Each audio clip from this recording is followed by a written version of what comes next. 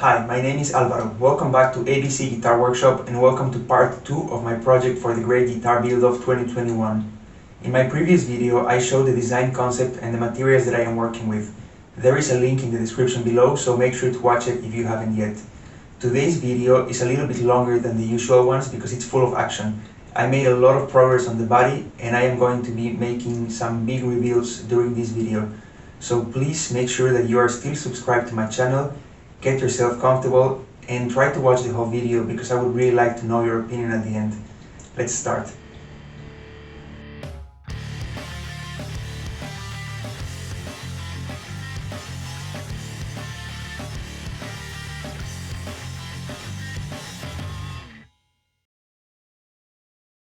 The body is gonna be made out of walnut. This is a slab of 2 pieces glued together with a thickness of 4 centimeters.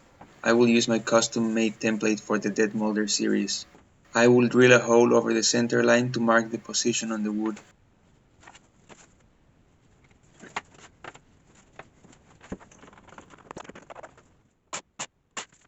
Now I can fix the template with a wooden dowel to draw the outline.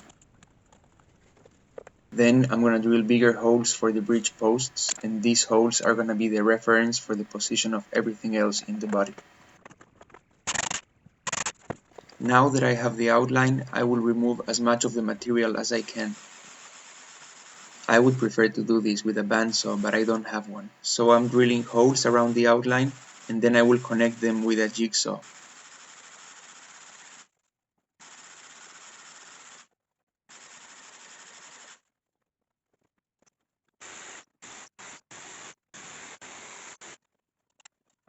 Now it starts to look like a guitar body. The next step is to use the router to shape the sides.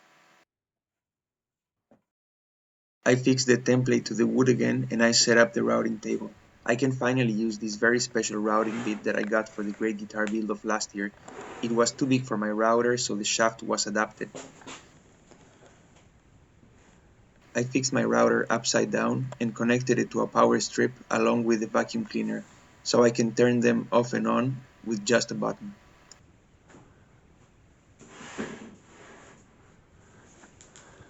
This is where it gets very loud.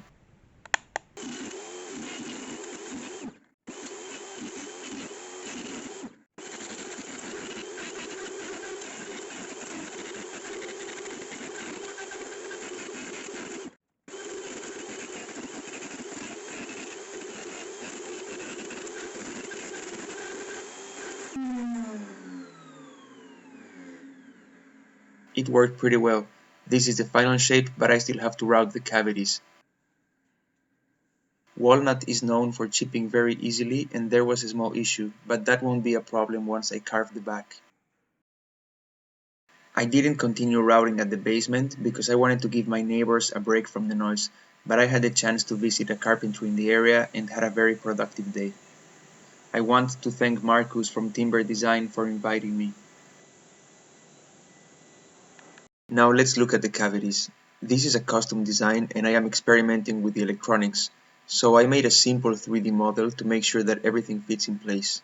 Then I printed the outline on a piece of paper, marked it on the wood, and drilled a lot of holes. I'm using a template to route the shape of the pickups. Then I routed the pocket for the Jazzmaster tremolo.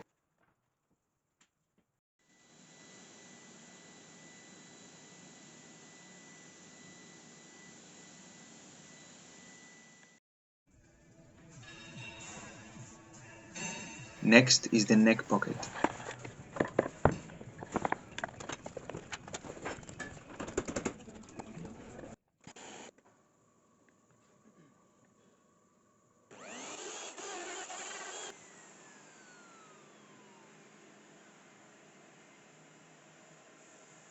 The templates work very well, and after some additional hours of routing, the guitar body looks like this.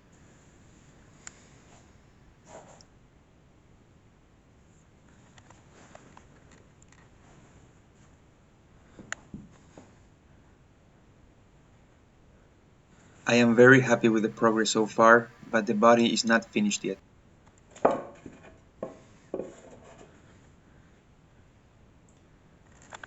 I still want to remove material to relieve weight, so I'm going to carve the back. I marked the outline that I am aiming for on the back and the sides, and now I have to connect them. So that brings us to the first big reveal of this video. In my previous video, I asked if anyone could guess what is inside this package. I ordered it from Japan, and I wanted to use it for building the neck. I was planning to make this reveal in my next video, but plans have changed. I need it now and I'm too excited to wait. Drum roll, please.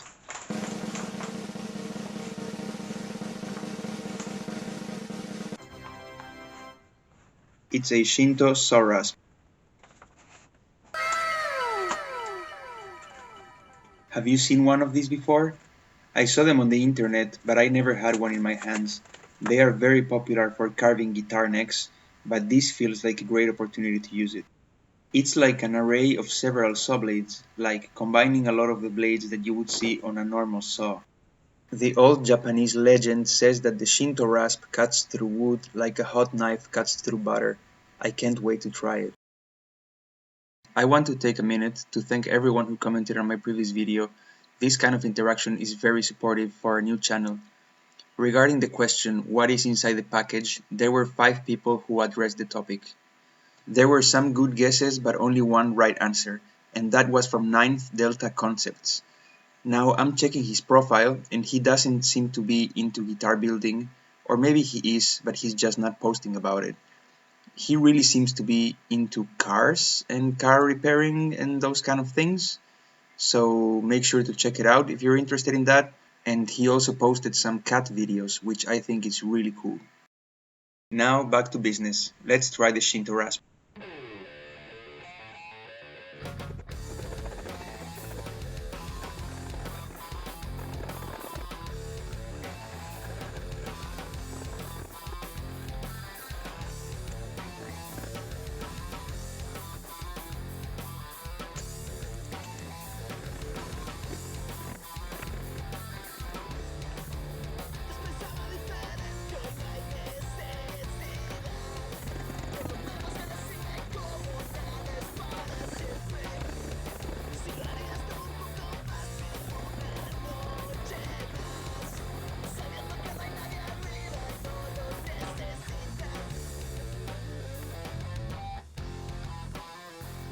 It worked really well. The Shinto rasp removes material so easily and so quickly.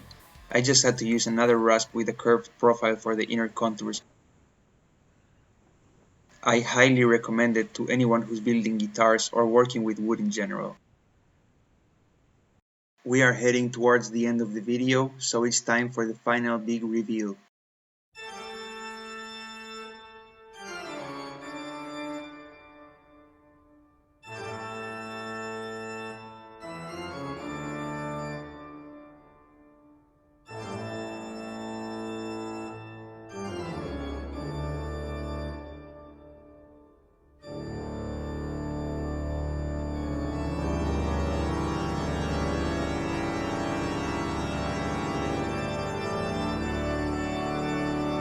Yes, we are going to have a fabric top guitar. This is a 100% cotton fabric, and I will show you how I apply it to the guitar body. Oh, and don't worry about the skulls, I won't be using that part of the fabric. I will be using this middle section with a beautiful pattern. I am using masking tape to mark the center of the fabric and align it with this template to define the section that I will use. Now, if you know anything about fabric top guitars, you will know that the most important thing is not the guitar or the fabric, it's the weenie roller. Or at least that's what I understand after watching many videos from Texas Toast guitars. It's also important to use the original Titebond, the same glue that you can use to build the whole guitar. The idea is to cover the top surface with a decent amount of glue and use the weenie roller to spread it evenly.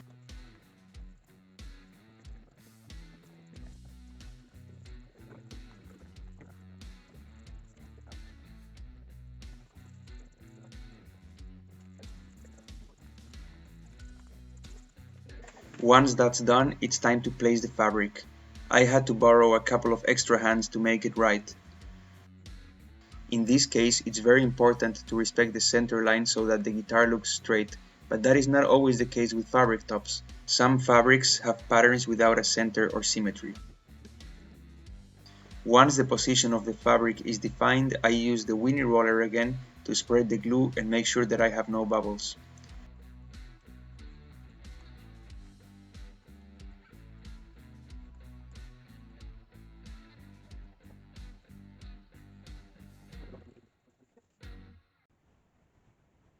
Alright, so the glue is dry now and it feels pretty stiff on the edges.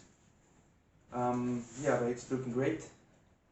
And now I am going to proceed to use a cutter and remove all the extra fabric around the edges.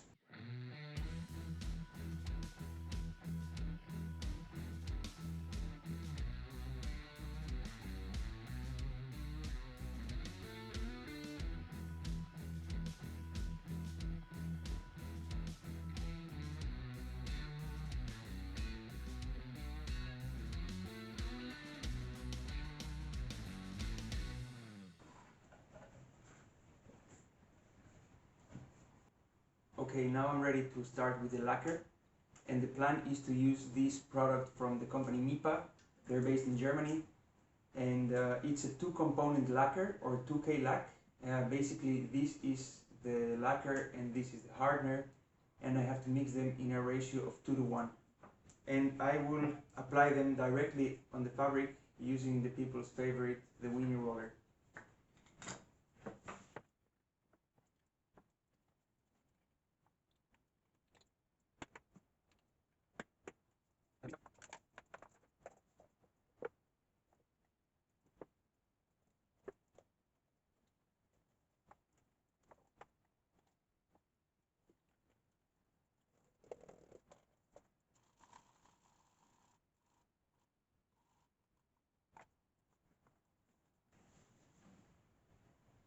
Here we go.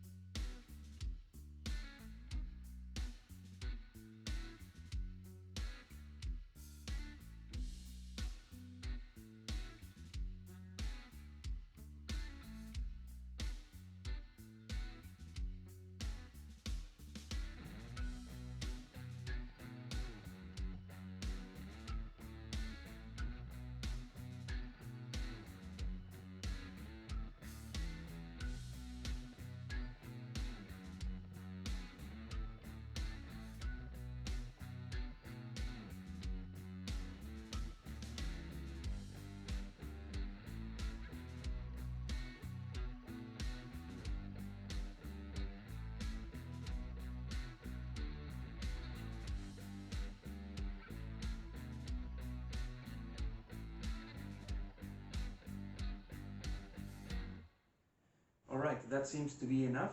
I used almost 75 milliliters of the mix, so 50 milliliters of the lacquer and half of that of the hardener. I poured it to the fabric directly and I used a weenie roller to spread it, following the instructions from Texas Toast Guitars. I will let it dry. The label says 4 hours, but I will wait until tonight or tomorrow to apply a second coat. And then I will be ready to trim the fabric where the cavities are, and then I will be also ready to apply the binding, but I will do the binding on another video. This is where we end today, so please let me know if you have any suggestions. Write it down in the comments. Please let me know if you like where the project is going and how is it going. Yeah, don't forget to subscribe to my channel if you haven't yet, because during the next month I will be uploading 3 videos for the Great Guitar Build-Off until I finish, and I have a lot of other projects on the pipeline for the second half of the year. Don't forget to subscribe, please like this video. Thank you very much for watching and see you next time.